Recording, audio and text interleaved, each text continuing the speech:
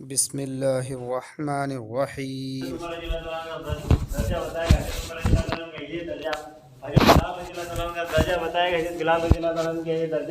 काय के बताए, काय के ऊपर बताए, काम के करने के बुनियाद के बताए।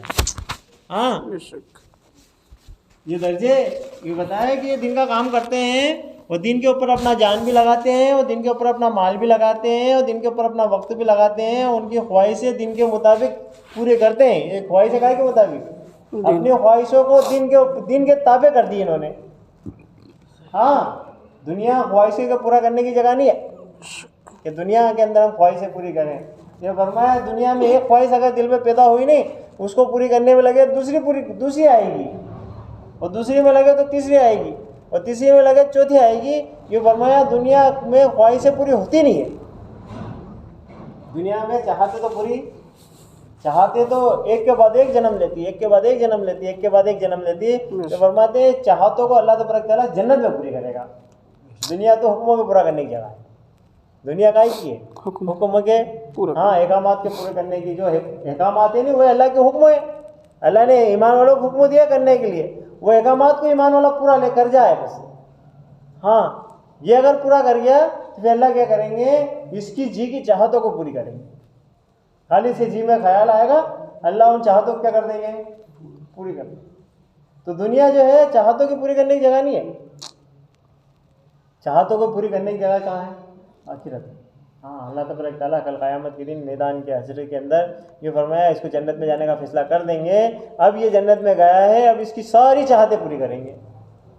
हाँ, और ये कहा कि अगर ये दुनिया के अंदर चाहतों के में लगा रहा और चाहतों को पूरी करने में फंसा रहा, और ये कहा कि दुनिया ही चाहते की पूरी करने की जगह है, तो ये कहा वह चाहते फिर ये दुनिया के अंदर तो पूरी नहीं होगी, एक के बाद एक चाहते, एक के बाद एक चाहते, एक के बाद एक चाहत, और चाहते में लगते लगते दुनिया ख़त्म अपनी ज़िंदगी पूरी कर जाएगा।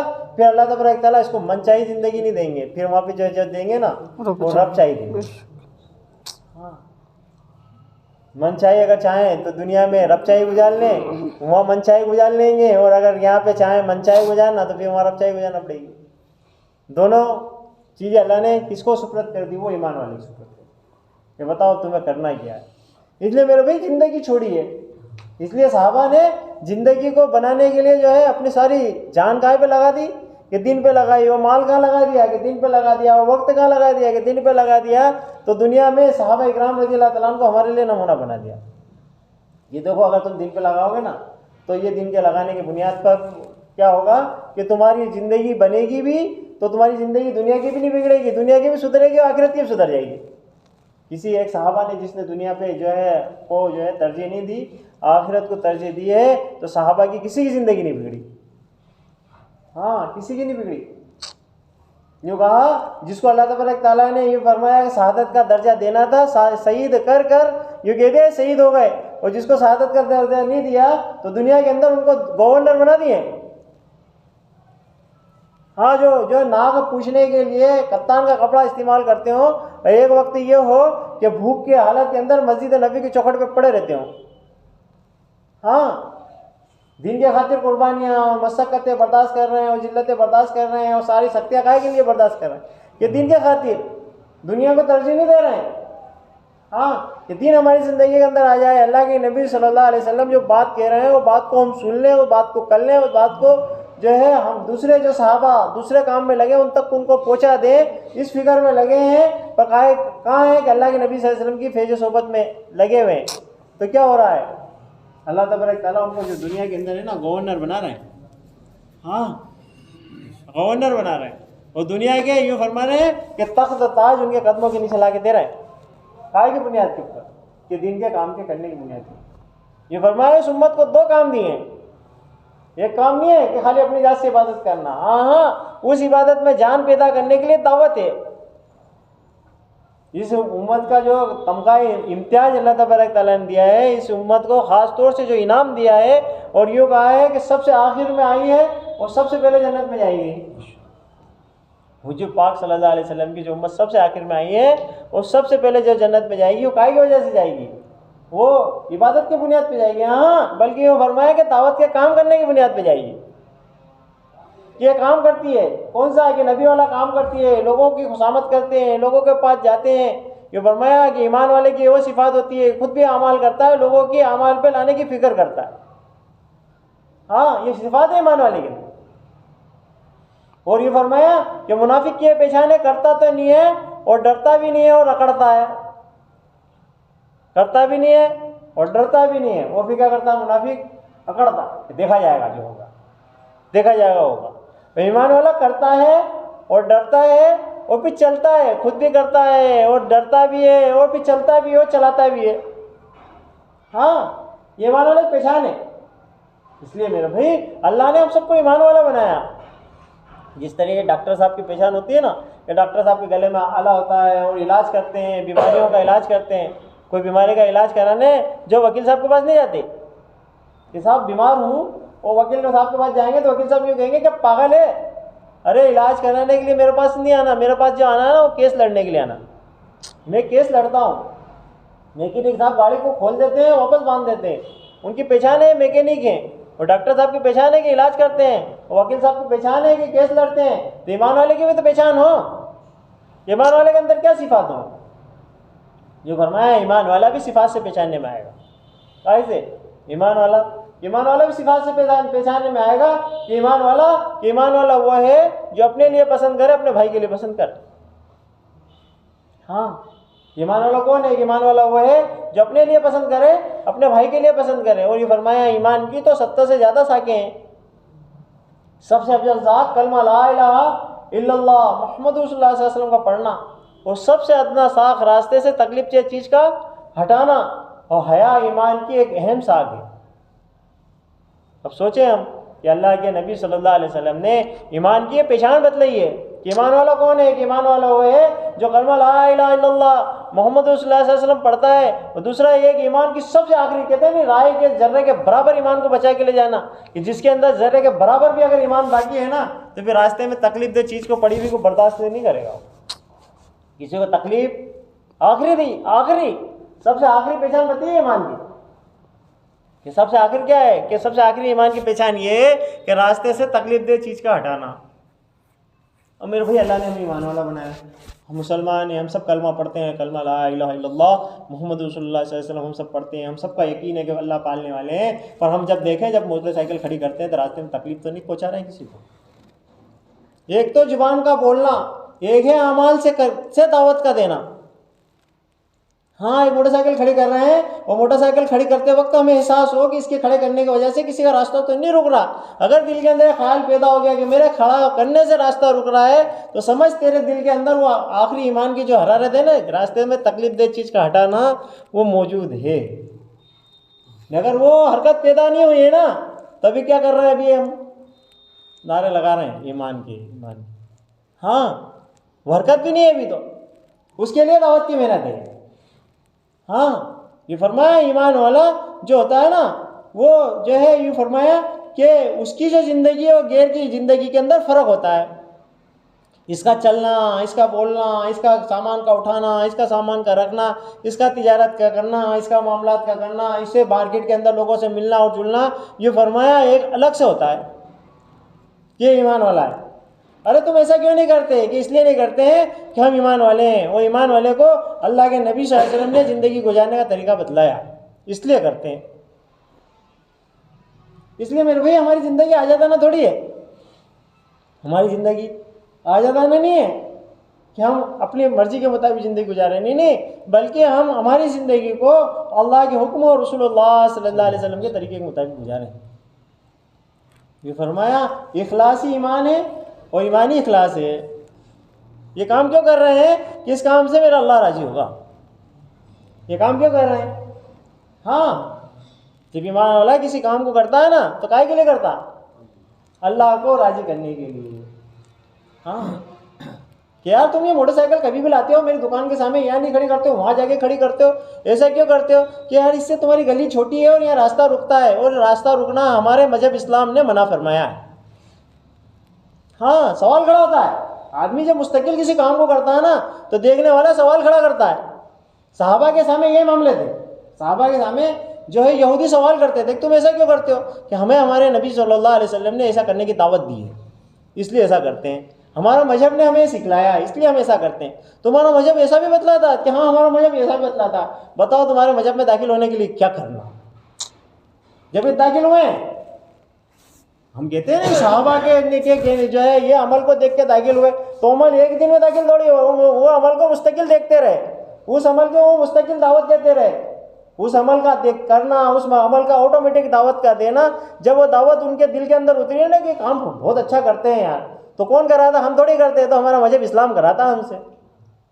हमारे अंदर साहबा ये तो कहते थे हम तो गंदे थे, हम तो जो है हम तो बेकार थे, और हम तो बहुत जलील थे, हमारे को हुकूमत करना नहीं पसंद नहीं करता था। ये तो पाक परवरदिगार का करम हुआ कि उसने हमें ईमान की दौलत से नवाज दिया और हमारे अंदर नबी भेज दिए जिसने हमें ज़िंदगी गुजारने का तरीका बतला दिया, ज़िंदगी गुजारने का तरीका कि समझा दिया, बतला दिया। हाँ कि हम ऐसी ज़िंदगी गुजारने लगे तो हम कीमती बन गए, नहीं तो हमारी कीमत तो कुछ भी नहीं थी, हमारी कीमत तो कुछ भी नहीं। हम कीमती जो बने ना वो इस्लाम के आगोश में आने के बाद और हुजूर पाक सल्लल्लाहु अलैहि वसल्लम के तरीके के मुताबिक ज़िंदगी गुजारने के साथ हमारी कीमत बढ़ी है। कीमत ऐसी नहीं बढ़ी। तो फरमाया जब तक ज़िंदगी हमारी मर्जी के मुताबिक गुजार रहे थे तो हम पे कोई हुकूमत करना पसंद नहीं कर रहा था। हाँ, अरबों के हाल बहुत ख़राब थे, बहुत ख़राब हाल। ये फरमाया कि दूसरे मुल्कों से रिश्ते भी सही नहीं थे, दूसरे मुल्क उनके ऊपर क्या हुकूमत करते, उनके अंदर खाने का शऊर नहीं, लेने देने का शऊर नहीं, आपस में लड़ाई झगड़े, अरबों का हाल बहुत ख़राब। यूँ फरमाया हाल जब सुधरे हैं जिस दिन रसूलुल्लाह सल्लल्लाहु अलैहि वसल्लम ने दावत दी और दावत के काम को अपना काम बनाया, एक अल्लाह को एक माना और ज़िंदगी वैसी गुजारी जैसे अल्लाह ने चाहा और वैसी ज़िंदगी बनाई जैसे नबी ने बतलाई, तो वो ज़िंदगी बनते बनते उस सतह पर पहुँची कि लोगों के लिए जो है ये फरमाया कि अरबों को नमूना बना दिया, सहाबा बन गए। और सहाबा के बाद अल्लाह के नबी सल्लल्लाहु अलैहि वसल्लम ने खुद फरमा दिया कि मेरे किसी एक सहाबा की तुम इब्तिदा कर लोगे नहीं तो फला को पहुँच जाओ। हाँ, ये सारा काहे की वजह से हुआ? ये हुआ अल्लाह के मानने में और रसूलुल्लाह सल्लल्लाहु अलैहि वसल्लम के मानने में और नबी के काम को अपना काम बनाने में। हाँ, ये जो उनको जो एजाज़ मिला है ना, काम के करने का एजाज़ है, काम को काम बनाया और काम को वैसा किया जैसा अल्लाह के तबारक ताला चाहते थे। माल लगाने की ज़रूरत पड़ी तो साहबा ने पूरा माल लगा दिया और ऐसा माल लगाया घर से झाड़ू ले जाकर झाड़ू दी और झाड़ू देकर सारा माल ला के जमा कर दिया और बदन के कपड़े पे उतार दिए। हाँ, बदन के कपड़े पे उतार दिए और ये फरमाया कि इस हाल में अल्लाह के नबी सल्लल्लाहु अलैहि वसल्लम के पास आए हैं कि बदन के ऊपर टाट का लिबास है और फिर अल्लाह तबारक ताला हज़रत जिब्रील अलैहिस्सलाम को पहुँचा रहे हैं। हाँ, ये फरमाया जो दिन के काम पे ऊपर अपने आप को लगाएगा और दिन के ऊपर अपने आप को जो ये फरमाया झुकेगा और दिन के काम को अपना काम समझेगा और ये फरमाया कि मैं हुजूर पाक सल्लल्लाहु अलैहि वसल्लम का उम्मती हूँ, बाहैसियत उम्मती होने के अल्लाह ने मुझे जिम्मेदारी दी है, मैं जिम्मेदारी के साथ काम करूँगा तो अल्लाह तबारक तआला जिम्मेदारी के पूरा करने के ऊपर मदद फरमाते हैं। जो जिम्मेदारी को जिम्मेदारी समझता है वो फिर जिम्मेदारी को पूरी करता है, फिर अल्लाह की मदद आंखों से देखता है। हज़रत अबू बकर सिद्दीक़ रज़ियल्लाहु ताला ने अपनी जो जिम्मेदारी पूरी करी नहीं, तो हज़रत अबू बकर सिद्दीक़ रज़ियल्लाहु ताला के बारे में अल्लाह के नबी सल्लल्लाहु अलैहि वसल्लम फरमाते हैं इन्होंने जो जिम्मेदारी पूरी करी है वो जिम्मेदारी का हक़ तो अल्लाह ही अदा करेगा, मैं नहीं अदा कर सकता। हाँ, काहे पे कि दिन के काम पे इन्होंने इतनी जिम्मेदारी पूरी की है कि सब कुछ लगाया, जान भी लगाई है, माल भी लगाया, वक्त भी लगाया, सब कुछ लगाया, इनके लगाने का जो हक़ है ना वो मैं अदा नहीं, काहे पे लगाया, वो अपने आप पे लगाया, दिन पे लगाया। हाँ, दिन पे लगाया।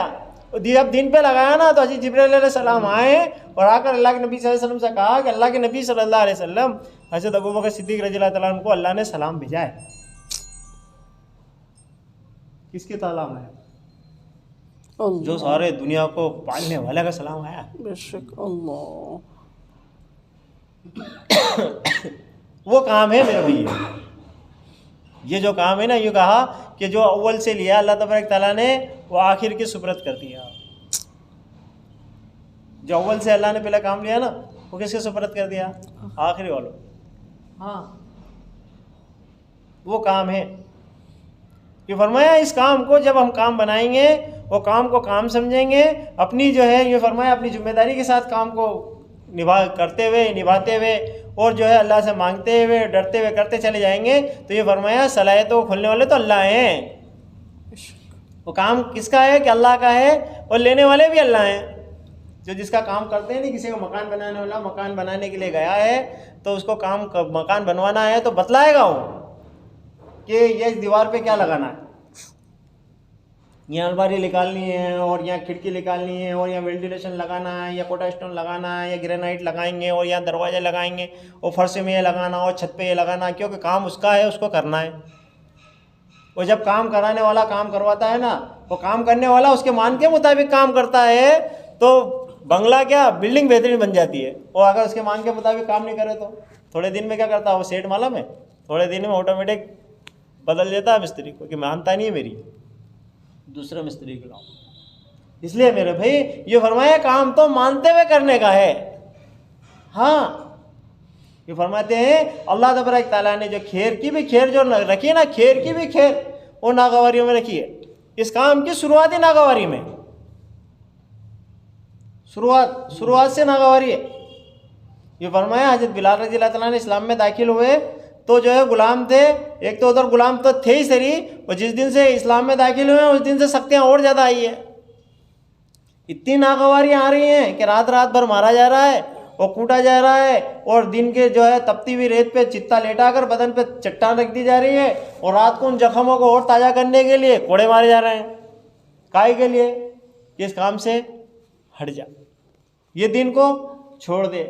जिस काम को रसूलुल्लाह सल्लल्लाहु अलैहि वसल्लम लेकर आए थे उस काम को हक मत मान, उस काम का साथ छोड़ दे। पर हजरत बिलाल रज़ी अल्लाह तआला अन्हु हमेशा उस काम के साथ लगे रहे तो अल्लाह तबारक ताला ने दुनिया के अंदर जन्नती होने की बशरत दे दी। वो काम में लगे रहे, वो काम तरक्की करा ना, तो क्या मिला है? सबसे पहला जो है उनको एजाज और इम्तियाज जो मिला है वो सबसे पहले मस्जिद के नबी के मुजिब बनने का इम्तियाज मिला है, वो इनाम मिला है। काय पे? जो सख्तियाँ बर्दाश्त करके। यूँ कहा हज़रत अबू हुरैरा रज़ियल्लाहु ताला अन्हु अल्लाह के नबी सल्लल्लाहु अलैहि वसल्लम की फैज़ सोबत में इसलिए गए कि मैं भूखा हूँ और मुझे बहुत भूख लग रही है, और मालूम पड़ा एक दूध का प्याला अल्लाह के नबी सल्लल्लाहु अलैहि वसल्लम के पास आया है। भूख की शक्ति इतनी है कि अल्लाह के नबी के पास गए हैं और देखा कि प्याला है, और प्याला का जब देखा है तो दिल के अंदर ख्याल पैदा हुआ कि दूध का प्याला आ गया, अब तो पिला देंगे मुझे। पर जब अल्लाह के नबी के पास गए और अल्लाह के नबी सल्लल्लाहु अलैहि वसल्लम ने कहा कि वो असाब सुफ़ा के जितने साहबी हैं वो सबको बुला के लाओ, तो दिल में ख्याल पैदा हुआ कि ये पिलाने के लिए अल्लाह के नबी सल्लल्लाहु अलैहि वसल्लम बुलाने के लिए मुझे पहुँचा रहे हैं ना, तो पिलाने के लिए वो मुझे से कहेंगे। ये नागवारी है। पहली नागवारी तो ये थी कि बुलाने के लिए भेज रहे हैं, दूसरी नागवारी ये है कि बुला के लेके हुआ तो पिलाना भी मुझे पड़ेगा, पर नागवारी बर्दाश्त कर रहे हैं। ये कहा कि बात को मान रहे हैं, समझ में नहीं आ रही कि एक प्याला है और साहबा बुलाने के लिए जाऊँगा तो क्या मालूम कितने होंगे, उनकी तादाद कम भी होती है और बढ़ती भी है। अभी जिस वक्त में वो कहाँ वहाँ जो मौजूद होंगे क्या मालूम कितने हैं, पर नागवारी को बर्दाश्त कर रहे हैं। और नागवारी को बर्दाश्त करके दिल में ख्याल पैदा कर रहे हैं कि मैं बुलाने के लिए जाऊँगा ना, तो बुलाने के लिए आने के बाद अल्लाह के नबी पिलाने के लिए मुझे से कहेंगे। अल्लाह के नबी से नहीं किया कि अल्लाह के नबी पहले मुझे पिला दो, हाँ, बल्कि दूध के प्याले को जो है वहीं छोड़ा और गए बुलाने के लिए। और जब बुला के लेकर आए हैं तो वही दिल के ख्याल के मुताबिक फैसला हुआ है कि पिलाओ। हजरत तो अबू हुरैरा रज़ियल्लाहु ताला अन्हु फिर नागवारी आई, वो कहा कि अब ये बचेगा भी नहीं, भूखा तो मैं हूँ। फिर भी वही नागवारी बर्दाश्त की। क्यों कहा कि जो नागवारी दावत के काम में बर्दाश्त करेगा, हाँ, अपने आप को यूँ फरमाया कि जो है साथियों की तरफ से नागवारी, इलाके वालों की तरफ से नागवारी, और यूँ फरमाया कि मस्जिद वालों की तरफ से नागवारी, इस सारी नागवारियों को बर्दाश्त करेगा तो अल्लाह तबारक तआला इसके लिए बरकतों के रास्ते खोल देंगे। हज़रत अबू हुरैरा रज़ियल्लाहु ताला ने एक साहबी को दूध का एक प्याला हाथ में दिया, उन्होंने पिया, वो शेर होकर पिया, फिर दूसरे को दिया, तीसरे को दिया, चौथे को दिया, पांचवें को दिया। आता है किताब के अंदर लिखा है कि 70 को दिया है। उस टाइम पे उन सहाबा की तादाद 70 थी। 70 सहाबा ने एक दूध का प्याला पिया। फिर अल्लाह के नबी ने पूछा हज़रत अबू हुरैरा रज़ियल्लाहु ताला से कि बताओ अब कौन बचा? कि अल्लाह के नबी आप और मैं। हाँ, अल्लाह के नबी सल्लल्लाहु अलैहि वसल्लम ने हज़रत अबू हुरैरा रज़ियल्लाहु ताला से कहा कि लो प्याला, ये प्याला हाथ में लो और अब तुम पियो। तो कहा कि मैंने पिया, वो इतना पिया कि डट कर पिया। फिर अल्लाह के नबी को दिया कि लो, तो अल्लाह के नबी ने कहा और पी, फिर मैंने और पिया। फिर अल्लाह के नबी को दिया, अल्लाह के नबी ने कहा कि और पी, मैंने और पिया। मैंने कहा कि अगर अब अल्लाह के नबी मुझे दूध और पीने का लिए कह देंगे तो मेरे बदन के नाखूनों में से दूध को निकलते हुए मैं देखूंगा। इतना शेर हो चुका था। मौलाना लाड साहब ये फरमाते हैं वो दूध के जो प्याले के अंदर जो बरकत आई है ना, वो हज़रत अबू हुरैरा रज़ियल्लाहु ताला अन्हु की नागवारी के बर्दाश्त करने की बुनियाद पर। हाँ, ये फरमाया काम तो नागवारी को बर्दाश्त करने का है। हाँ, हम ये चाहें कि बरकतें आएँ, हमारे कारोबार में बरकतें हों, हमारी इज्जत में बरकतें हों, हमारे जो है इलाके के अंदर जो हम जो काम कर रहे हैं, काम के जरिए से हमारे जरिए से लोग जुड़े। तो ये फरमाया कि जो है ये तो नागवारी सख्तियों को बर्दाश्त करने का काम है। हाँ, मेरे भाई जब हज़रत अबू हुरैरा रज़ियल्लाहु ताला ने जब सख्तियाँ बर्दाश्त किए, जब भी तो गवर्नर बने। वो सख्तियाँ बर्दाश्त नहीं करते। बहुत सारे ऐसे आए जिन्होंने सख्तियाँ बर्दाश्त नहीं किए तो वो ऐसे कैसे चले गए, और जिन्होंने सख्तियों को बर्दाश्त किया नहीं उन्हीं को मर्तबे मिले। हाँ, ये फरमाया इस रास्ते का सबसे पहला कदम जो है ना, वो जो है ये फरमाया कि नागवारी का है। जी नहीं चाहता बीवी को छोड़ने का, वो जी नहीं चाहता बच्चों को छोड़ने का, वो जी नहीं चाहता कारोबार के छोड़ने का। बस सबसे पहले क्या किया जा रहा है कि छोड़ो। जब तुम्हारा इससे राब्ता कटेगा तो उससे राब्ता जुड़ेगा। एक मोबाइल कटेगा जब भी तो दूसरे से बात होगी, हैं कि नहीं साहब? दो ही कान में दो मोबाइल तो हो जाएगी बात। हाँ, यूँ कहा एक को तोड़ो फिर दूसरे से जोड़ो। अगर हम ये चाहते हैं कि अल्लाह से हमारा ताल्लुक जुड़े तो ये फरमाया कि इनसे ताल्लुक तोड़ना पड़ेगा। सहाबा ने यही कहा था।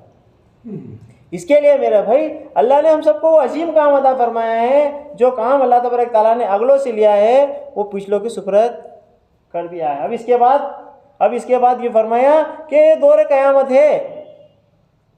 हाँ, ये फरमाया 14वीं सदी तक अल्लाह के नबी सल्लल्लाहु अलैहि वसल्लम की जो पेशन गोई थी वो पेशन गोई पूरी हो चुकी।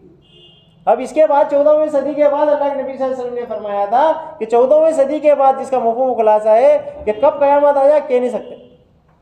आज कौन सी सदी चल रही है? 1445 या 46वीं सदी है। इसलिए मेरे भाई ये फरमाया कि इस दौर के अंदर फितनों से वो बचेगा तो दावत के काम से जुड़ेगा। हाँ, हालात से वो बचेगा तो दावत के काम से जुड़ेगा। और जिसकी ज़िंदगी ईमान और अमाल के साथ गुजर रही होगी, जिसकी ज़िंदगी के अंदर ईमान और अमाल होंगे, दावत का काम कर रहे होंगे, यूँ फरमाया कि जब दज्जाल आएगा तो दज्जाल ईमान वालों का खाना भी बंद कर देगा, पानी भी बंद कर देगा। यूँ फरमाया कि उनको जो है कैद खाने के अंदर डाल देगा और यूँ कहेगा कि तुम यूँ कहो कि मैं पालता हूँ, मेरे करने से होता है। वो ईमान वाला यूँ कहेगा कि अल्लाह के करने से होता है। हाँ, कौन कहेगा? ईमान वाला। ईमान वाला यूँ कहेगा कि अल्लाह के करने से होता है। इसको कैद खाने में जब डाल दिया जाएगा तो यूँ कहेगा सुभान अल्लाह, तो अल्लाह इसकी भूख को क्या कर देगा? दूर कर देगा। और यूँ कहेगा अल्हम्दुलिल्लाह, तो अल्लाह इसकी प्यास को भी दूर कर देगा। इसका उस वक्त का दज्जाल के फितने के वक्त इसका खाना जो होगा ना, वो सुभान अल्लाह, अल्हम्दुलिल्लाह, ला इलाहा इल्लल्लाह, अल्लाह का जिक्र का खाना होगा। इसके लिए दावत के काम में लगाकर ये तस्बीहात की पाबंदी कराई जा रही है कि जो तस्बीहात की पाबंदी करेगा उसको कैद खाने में तस्बीहात याद रहेगी। हाँ, याद रहेगी। जो परेशानी में एक आदमी बीमार हो जाए, जो तस्बीह की पाबंदी होता है ना, जो सुबह शाम अल्लाह के हुक्मों को पूरा करता है, सुबह शाम अल्लाह के जिक्र को करता है, ध्यान उसका अल्लाह की तरफ उठाता है, वो बीमार हो जाता है तो सोए भी क्या करता है? सुभान अल्लाह, वो जो नहीं करता वो कान में हैंड फ्री लगाकर वो गाने सुनता है। वो एक आदमी का गाने में भी वक्त लग रहा है और एक आदमी का वक्त कहाँ में लग रहा है? अल्लाह के जिक्र में लग रहा है। इसलिए मेरे भाई हमारे अपने आप को जो है फरमाया कि अल्लाह का फरमा बरदार बनाने के लिए दावत कर। इस काम को जब हम करेंगे तो सबसे पहले अल्लाह से ताल्लुक जुड़ेंगे। सबसे पहले किससे ताल्लुक जुड़ेगा? अल्लाह से। और फिर अमाल के करने का शौक पैदा होगा, फिर दुआ यूँ फरमाया कि दुआओं के जरिए से काम बनेगा। सहाबा के अंदर ये बात थी, उनका ताल्लुक अल्लाह से जुड़ा और ऐसा ताल्लुक जुड़ा जैसा अल्लाह चाहते थे कि अल्लाह तबारक ताला ने अमाल दिए, सहाबा ने अमाल किए। अमाल करने के बाद अल्लाह से यूँ कहा, ये अल्लाह ये जो है अमाल है और हमारा ये काम है, ये अल्लाह इस अमाल के जरिए से हमारा एक काम कर दे। तो सहाबा ने मुर्दा को जिंदा करा लिया। हाँ, सारी दुनिया के सारे साइंटिस्ट मिल जाए, एक मुर्दा को वापस जिंदा कर रहे हैं नहीं तो नहीं कर सकते। सारी दुनिया के सारे हुकूमतें मिल जाएं और हुकूमतों के पास जितना माल है सारा माल एक जगह इकट्ठा करके किसी एक मुर्दा को जिंदा करने की कोशिश करेंगे, नहीं कर सकते। पर ईमान वालों को अल्लाह तबारक ताला ने ताकत व कुव्वत अल्लाह तबारक ताला ने दिए, वो ताल्लुक अल्लाह से दिया है। अगर ये ताल्लुक अल्लाह से जोड़ दे तो दुनिया के नाम को मुमकिन काम को मुमकिन करके दिखा दे। वो काम अल्लाह तबारक ताला ने किसको दिया है? ईमान वालों को दिया। हाँ, वो दिया है कि कैद खाने के अंदर ईमान वाले के लिए बादल आकर पानी बरसा रहा है। और ये फरमाया ना कि जो है जमीन को हुक्म दे रहे हैं कि जमीन हिलना, तो हिल रही है ना तो रुक जा, अभी इंसाफ करने वाला मौजूद है। जमीन हिलते हुए रुक रही है। इसलिए मेरे भाई अपने आप को एक तो जो है ईमानी सिफातों से आरास्ता करना, दूसरी अपनी ज़िंदगी को अमालों से आरास्ता करना, और तीसरी दावत के काम को अपना काम समझ कर करना। कोई करे या ना करे, मेरी ज़रूरत है। हाँ, मेरी रूह की ग़िज़ा है, इस ग़िज़ा को अगर मैंने छोड़ दिया तो मेरी रूह कमज़ोर हो जाएगी, और मेरी रूह कमज़ोर हो जाएगी, मेरे अमाल कमज़ोर हो जाएंगे, मेरे तामाल कमज़ोर हो जाएंगे, मेरा ताल्लुक़ अल्लाह से कमज़ोर हो जाएगा। अल्लाह नहीं करे मेरा खात्मा काहे पे हो। ये फरमाया काम करता रहूँगा, काम में चलता रहूँगा, अल्लाह से मांगता रहूँगा, तो अल्लाह की जात से उम्मीद है कि अल्लाह मेरा खात्मा ईमान पर कर देंगे। ये फरमाया ईमान उम्मीद और खौफ का नाम है। ईमान कहाँ बनता है कि ईमान उम्मीद में बनता है, वो खौफ में पकता है। और जो है फरमाया कि जब ये उम्मीद और खौफ के दरमियान जब चलता है ना, कि इसको अल्लाह की जात से उम्मीद भी होती है, अल्लाह से खौफ भी इसके दिल के अंदर होता है, वो ईमान की मेहनत में लगा रहता है, तो अल्लाह तबारक तआला से खात्मा ईमान पर फरमाते हैं। मेरे भाई इसके लिए मेहनत है, ये दूसरों के लिए थोड़ी है कि साहब हम मेहनत कर रहे हैं। नहीं, हम तो मेहनत इसलिए कर रहे हैं कि मेरी कब्र बन जाए। हाँ, कब्र में जवाब मुझे देना है। फरिश्ते मुझसे पूछेंगे कि बता तेरा रब कौन है। मैं इसलिए घूम रहा हूँ, इसलिए लोगों को खुशामद तरावत कर रहा हूँ, इसलिए लोगों के पास जा रहा हूँ कि कब्र में मेरा बोलना आसान हो जाए कि मेरा रब अल्लाह है।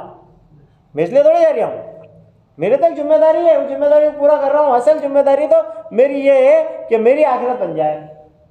हाँ, हिदायत देने वाले अल्लाह हैं। हाँ, हिदायत को बांटने वाले अल्लाह हैं। जिसको चाहते हैं उसको हिदायत दे देते हैं, जिसको चाहते हैं।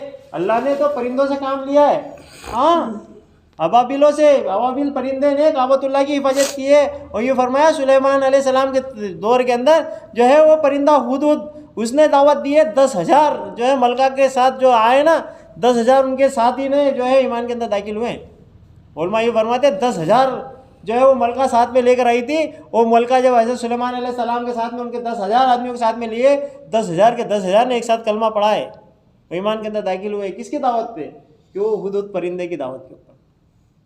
इसलिए अल्लाह के लिए कोई मुश्किल नहीं है, इसलिए मुश्किल हमारे लिए है। अगर हमने इस काम को अपना काम समझा और ये समझ कर करने लगे कि मेरी जवाबदारी है, और इसलिए ये समझ कर करने लगे कि इसी काम से मेरा ईमान बनेगा, वो इसी काम से मेरा अल्लाह से ताल्लुक़ जुड़ेगा, वो इसी काम से मेरे मसलों का हल होगा, तो अल्लाह तबारक तआला यकीन की बुनियाद के ऊपर सारे काम करते हैं।